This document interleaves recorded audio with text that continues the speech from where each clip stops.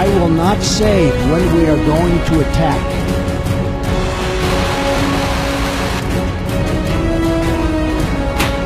अमेरिकी सदर ने वर्जीनिया के आर्लिंगटन फौजी अड्डे से खिताब के दौरान पाकिस्तान के खिलाफ खूब जहर उगला। अब डू मोर का मुतालिबा छोड़कर धमकियों पर उतर आए। ट्रंप ने इल्जाम लगाया कि पाकिस्तान को दहशतगर्दी के खिलाफ जंग के लिए अरबों डॉलर्स अदा किए, लेकिन पाकिस्तान अक्सर उन अफराद को पनाह देता है जो अफरा तफरी फैलाते हैं।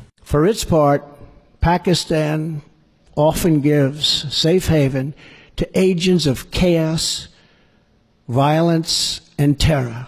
Pakistan has also sheltered the same organizations that try every single day to kill our people.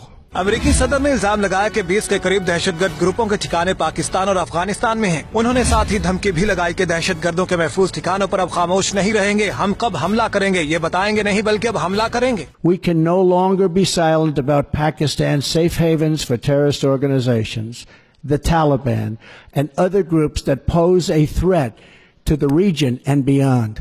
America's enemies must never know our plans or believe they can wait us out. I will not say when we are going to attack, but attack we will.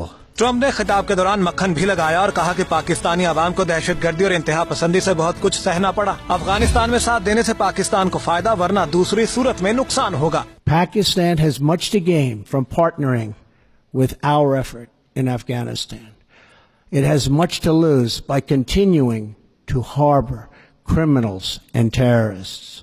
In the past, Pakistan has been a valued partner. Our militaries have worked together against common enemies. The Pakistani people have suffered greatly from terrorism and extremism.